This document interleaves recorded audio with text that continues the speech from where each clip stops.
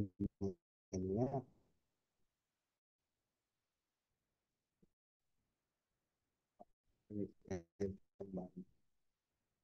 Semoga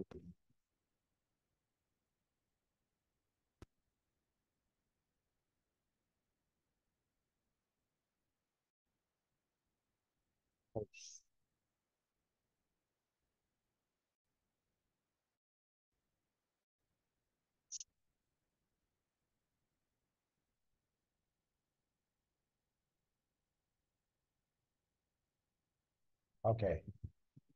Bisa lihat? Kecil ya?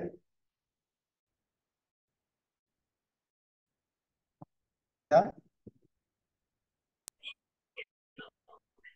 Belum ada lagi pasta. Belum ada Oh, lagi pasta. oh belum ya? Oke, saya coba ya.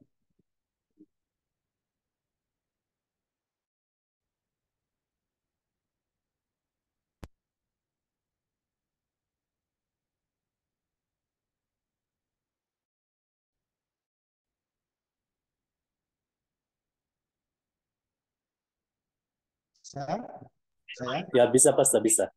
perhatikan ini bagian pendahuluan.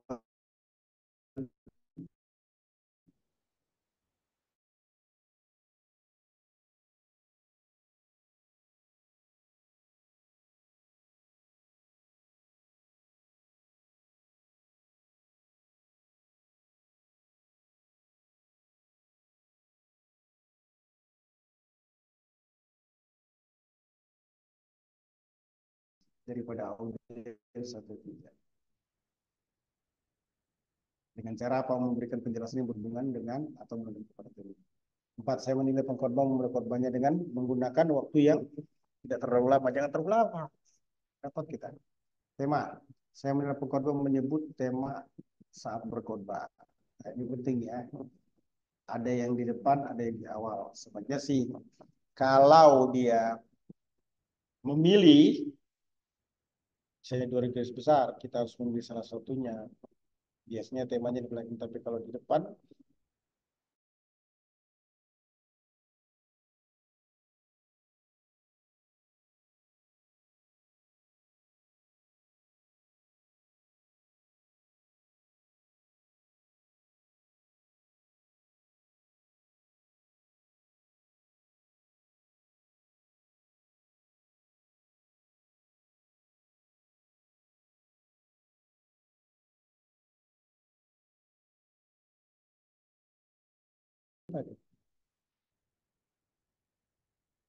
saya menilai pengkhotbah menyampaikan garis besar sesuai dengan nas Alkitab yang menggunakan.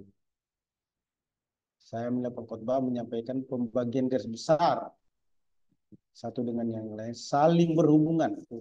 Saling berhubungan. 14. Saya menilai pengkhotbah menyampaikan pembagian garis besar menunjukkan hubungan yang progresif. Isi atau materi khotbah. 15. Saya menilai pengkhotbah melakukan persiapan yang memadai. Kan kecil sekali. Iya, kecil. Terus nanti kita kirimkan. Kita kirimkan nanti ya. Terima kasih. Ya, saya menilai pengkhotbah sangat menguasai bahan khotbah yang disampaikan. 19. Saya menilai pengkhotbah menyatakan tujuan yang jelas dalam khotbahnya. 20. Saya menilai pengkhotbah menggunakan ilustrasi yang rohani. 21. Saya menilai pengkhotbah menggunakan ilustrasi untuk memudahkan pendengar memahami khotbah dan menerapkannya.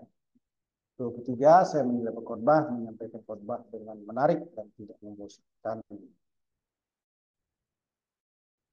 24. Saya menilai pengkhotbah menggunakan naskah kitab untuk mendukung penjelasan nats utama dan penerapan.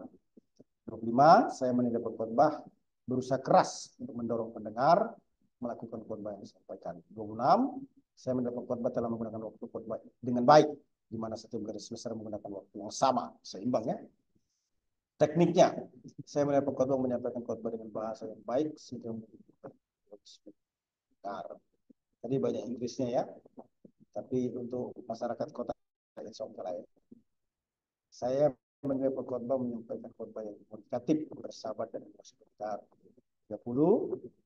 Saya menilai pengkhotbah menyampaikan khotbah dengan masih 29 ya. Saya menilai pengkhotbah menyampaikan khotbah dengan intonasi suara yang dapat didengar dengan jelas. Jadi saya mendukung khotbah, menyatakan khotbah dengan intonasi keras khusus untuk memberi penekanan tertentu. 31 saya menilai gerakan anggota tubuh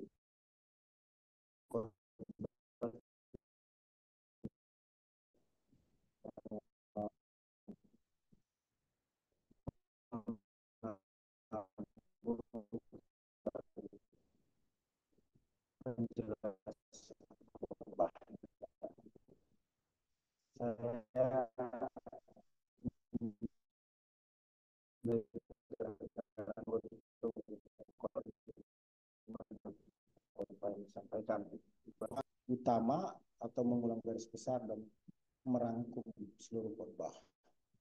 36, saya menilai pengkhotbah tidak menutup khotbahnya dengan menciptakan tema atau pokok pikiran yang baru. Jangan lupa loh, sudah mau selesai, sudah mau landing, take off lagi pesawat. Kan nggak lucu. Ini kalau sudah mau landing, landing aja selesaikan khotbah, selesai aja. Jangan buat topik atau yang baru, nanti bias, pikiran jemaat itu bercabang. 37, saya menilai apa yang telah dikhotbahkan oleh pengkhotbah dapat saya khotbahkan kembali dengan baik. Nah, ini yang paling penting itu bagaimana ilmu berkhotbah ini sistematis, aplikatif, logis, interest, praktis. Sehingga bisa dikhotbahkan kembali oleh audiens. Kenapa? Karena simpel, mudah dipahami. Terus saya menilai pengkhotbah untuk khotbahnya dengan menciptakan, tidak ya. Saya menilai pengkhotbah saya berkhotbah kembali. Ayat 37, 38 saya menilai lagu penutup khotbah yang digunakan berkhotbah mewakili tema khotbah. Jangan pandang enteng loh. Lagu penutup ini sangat penting karena itu jemaat setelah mendengarkan firman kan hatinya lagi terbuka. Jamah oleh kuasa Roh Kudus cari lagu yang pas. Saya menilai lagu penutup khotbah yang digunakan pengkhotbah merangkum seluruh garis besar atau kurikulum. Saya menilai lagu penutup khotbah yang digunakan dapat dinyanyikan secara bersama-sama dengan baik atau berKR. Ya, silakan teman-teman merespon khotbah yang tadi. Kalau ada pertanyaan, silakan. Ya, Dr. Jovis.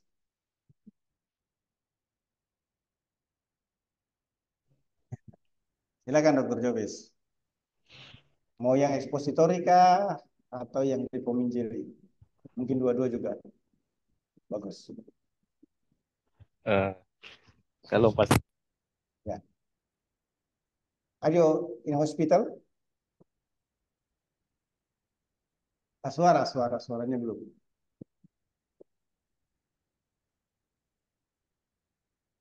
sorry, boleh dengar? Ya, ini baru. Silakan. Ya, saya lagi di airport, baru sampai Oh, dari sorry. Sabah. Perjalanan esok ke Holy Land. Oke. Kita doakan. So saya tidak sempat dengar semua tadi. It's okay. Ya, sorry Dr. Anas.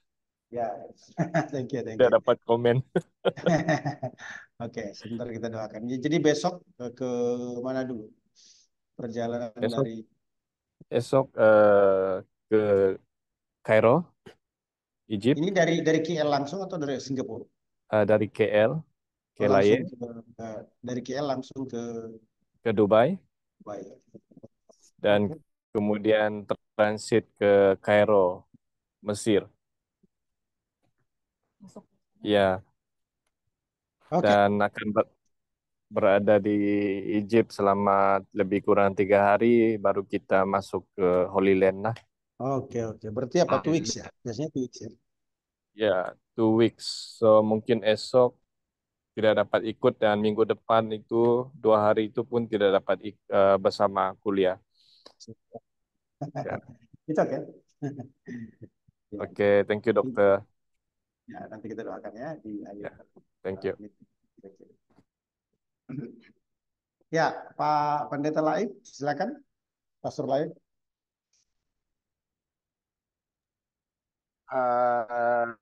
Dokter, line saya tidak berapa, jadi izinkan saya untuk bercakap saja. Ya, boleh. It's okay. Ya. Oke, dokter. Saya melihat sebenarnya mengenai apa nih yang eh, khutbah khutbah tadi, khutbah yang sebentar tadi, Yang khutbah ekspositori. eh, ya ya ya. Nah, ini. Revo Ya, Minjili. kalau saya melihat Repo Minjil ini tidak jauh bezanya dengan apa juga sebenarnya Espresso ini tidak jauh bezanya juga. Cuma apa yang saya melihat kalau dalam Espresso ini dia begitu terperinci. Maksudnya dia rincikan, dia dia pengertiannya itu pada bahagian-bahagiannya tertentu dia akan rincikan dari sampailah kepada maksud-maksud yang berkaitan. Jadi kalau saya melihat karena bagi saya ini pengalaman pertama melihat khotbah Reform Injili dan saya ingin menaruh minat terhadap pembelajaran ini dan saya nampak ada kebaikannya yaitu dengan menerangkan secara rinciannya. Uh, Cuma bagi saya mungkin sukar sedikit ya dalam masa yang begitu terhad dalam masa 30 menit begitu khotbah begitu dan kita buat yang sangat terperinci maka macam tidak cukup masa. Yang kedua, pengkhotbah kalau kita melihat dia tidak begitu bebas bercakap. Maksudnya tidak seperti pengkhotbah yang expository tadi, dia begitu minat minat kita mendengar, malah saya terdorong dengan menjelak ke laut dalam dan berbeda dengan ini saya hanya melihat dia hanya banyak tertunduk karena mungkin dari segi bahasa mungkin dia tidak berapa paham sedikit, perlu melihat notanya.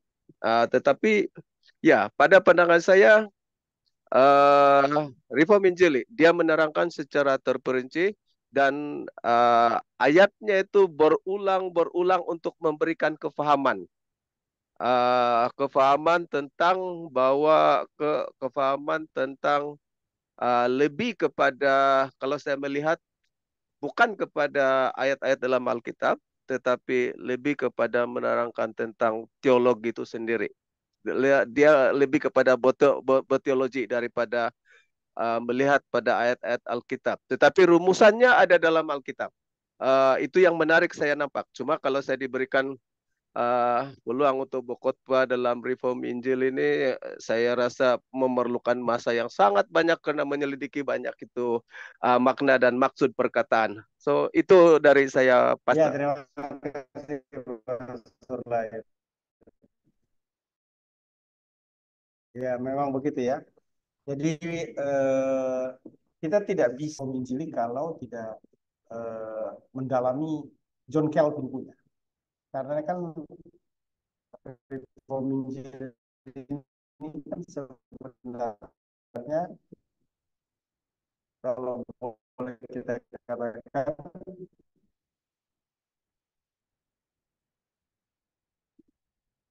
satu khotbah yang berfokus pada teologi John Calvin gitu.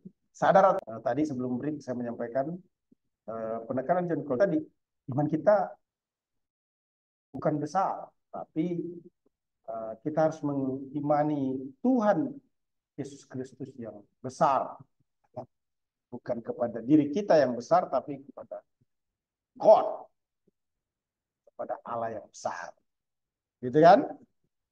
Nah, terus dia juga menyinggung soal tulip tadi. Itu kan kalau bicara tulip itu kan eh, bicara tentang teologi John Calvin. Jadi gitu ya. Nah, memang pendekatan logikanya sangat kuat ya.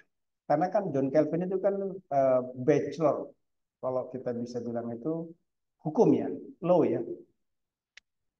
Nah, sehingga pendekatannya juga pendekatan yang rasional. Coba perhatikan khotbah-khotbah Reform Injil itu. Dia sadar atau tidak, logika berpikirnya terkait dengan logika berpikir hukum. Gitu lah. Dan memang ahli hukum itu kalau dia masuk di perguruan tinggi teologi, kajiannya itu dalam, menarik, karena dia punya histori di program bachelor ataupun sarjananya itu hukum. Saya kira begitu ya. Dan memang untuk jemaat tertentu ini tidak populer. Tidak populer untuk dikhotbahkan, apalagi di gereja-gereja kontemporer ya. Teologianya dalam, kemudian juga bisa dikatakan agak sedikit kaku, gitu ya, dibanding dengan pokok pertama tadi kan. Tapi intinya, baik yang pertama dan kedua kan, message-nya itu jelas. Message-nya jelas. Kalau yang khotbah pertama bicara tentang mission, khotbah kedua bicara tentang hamba, ya. Dan kedua-duanya memberikan penjelasan walaupun dengan model gaya yang berbeda. Oke, siapa lagi? Silakan. Besok secara khusus kita akan membahas khotbah-khotbah yang sudah disampaikan oleh mahasiswa untuk kita revisi ya. Apa namanya, bahannya. Tapi kalau ada juga yang mau menyampaikan khotbah besok lewat Zoom, kita berikan kesempatan. Saya kira begitu ya, wajar itu ya. Oke. Iya. Priscilla, how are you? Pastor, saya tengah sibuk buat final saya. Oke, Fin- oke, oke, oke, oke. It's Maaf. okay. Oke. Terus sekarang Demax nih, Demax. Halo Demax nih, Brother Demax nih, apa kabar? Open kamera, Asli. Oke. Brother Jahim.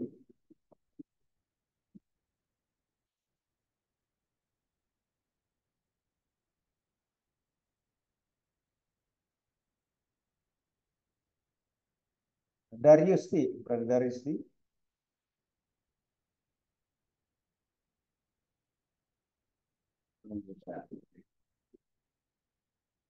Nah,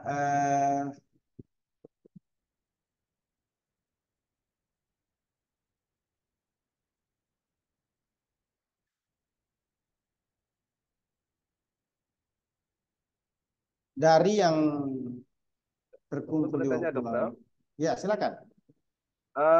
Adakah apa ini khotbah Reform Injili ini sudah mulai diajar di sekolah-sekolah tinggi teologi ataupun masih masih masih lagi dalam konteks penyelidikan? Iya, itu jarang. Jarang. Saya pun mendapatkan pengajaran ini dikarenakan saya langsung belajar dari orang yang menyelidiki tentang teologi John Calvin. Kenapa jarang diajarkan teologi apa khotbah Reform Injili ini? Karena bagi orang tertentu bukunya John Calvin itu hanya merupakan salah satu buku dari sekian banyak buku yang bagus. Sementara kelompok Calvinis mengakui bahwa itulah buku the best of the best dari seluruh buku teologi, kan? Nah,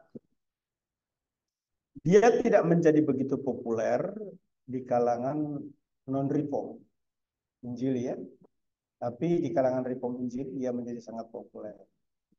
Nah, makanya beberapa mahasiswa atau perguruan tinggi itu sebenarnya tidak mengajarkan khotbah reform Injili karena itu tidak, mungkin satu tidak diminati, yang kedua kurangnya pengetahuan akan hal tersebut.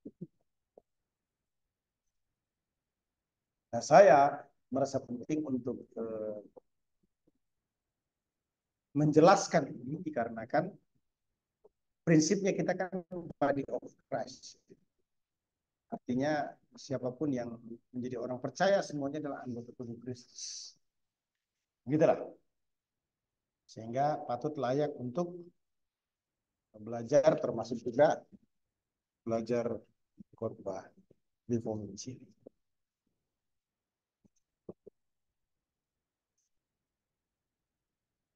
Segmennya sudah ada sih. Di seluruh Indonesia itu gereja ini populer. Populer walaupun bisa dikatakan itu mayoriti ada di Jakarta, Depok, Tangerang, Bekasi ya. Jabodetabek. Pengikutnya itu kaum-kaum intelektual, ya bisa dikatakan orang-orang yang diberkati secara finansial. Rata-rata begitu ya. Rata-rata begitu. Dan mayoriti memang etnik Tionghoa ya. Mayoriti kalau saya perhatikan. Dan saya kira itu hal yang wajar normal. Ya, silakan masih ada. Mau boleh juga saya kira coba itu Pak Pastor Laif di gereja Bapak. Bapak sebagai seorang pastor untuk mulai belajar tentang John Calvin ini. Mungkin bisa jadi breakthrough ataupun juga sampel contoh terbaik di Malaysia. Jadi reform itu juga baik. Ya. Halo? Ya, sebenarnya dokter sebenarnya saya tertarik karena penguraian khotbah tadi yang secara terperinci, maka dia tidak tergantung. Jadi itu yang saya lebih suka. Orang bilang kalau mendengar macam dengar movie itu kan dia habis. Itu yang saya tertarik dengan khotbah Reform Injil ini. Iya. Begitu keadaannya. Dia seperti ini, seperti menjelaskan pohon ya, dari akar sampai pucuknya. Khotbah Reform Injil memang begitu. Dari akar sampai pucuknya. Dan memang tidak mudah. Pergumulannya itu adalah ketika kita teologinya kurang kuat. Dapat dikatakan itu kan penjelasan tadi itu semua 80-90% itu kan teologi ya.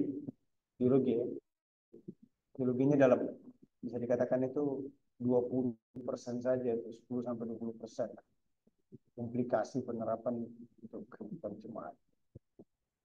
Jadi yang diungkapkan itu dalam sekali ya. Tapi saya kira pengkhotbah sudah menyederhanakan sini dengan baik. Nah, hanya saja memang ini contoh saja ya. Saya sebelum ke Sulawesi Utara itu tidak suka dengan rica-rica. Makanan rica-rica ya. Setelah saya 6 bulan dan seterusnya sampai sekarang saya malah menjadikan the best food itu rica-rica. Nah, sama juga dengan khotbah Reform Injil ini ya. Awal-awalnya berat, saya kira jemaat ini berat ya menerimanya. Awal-awalnya akan berat ya kalau kita coba. Tapi mungkin maybe terimaan ya, setiap terimaan setiap 3 bulan sekali lah Reform Injil atau 4 bulan sekali Reform Injil gitu ya. Untuk memberi warna yang berbeda dibanding dengan hari-hari sebelumnya. Karena ada 4 jenis khotbah kan. Topikal, tekstual, ekspositori, dan yang terakhir adalah ya. Silakan di follow up Pak Pastor Live ya. Baik, kita akhiri pertemuan kita saat ini. Namun sebelumnya kita berdoa untuk Brother Jopis ya. Mari kita berdoa. Tuhan, kami bersyukur untuk anugerah-Mu. Malam ini kami juga mau berdoa untuk Dr. Jopis yang sedang menuju perjalanan rohani. Ada di KL dan terbang ke Dubai, Kairo, dan juga Mesir. Dan kami berdoa agar dalam perjalanan ini aman, jauhkan dari dari malapetaka bencana maut kecelakaan.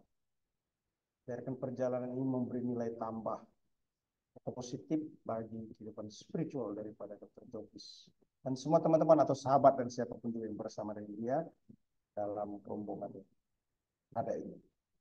Terima kasih Tuhan, kembalikan ke Malaysia di tengah-tengah keluarga sekitar 2 minggu dengan sukacita, damai, tenang, dan kesaksian-kesaksian yang itu menguatkan meneguhkan hati. Ya. Engkau Yesus Tuhan Sang Juru Selamat dan Tidak Baik. Terima kasih Tuhan, kami semua di tempat ini menyerahkan hidup, mohon kasih karunia berkat-Mu. Besok kami akan lanjut upacara. Terpuji namamu, oleh mengakhiri kelas ini ataupun dalam nama Yesus. Amin. Oke, terima kasih untuk semuanya ya.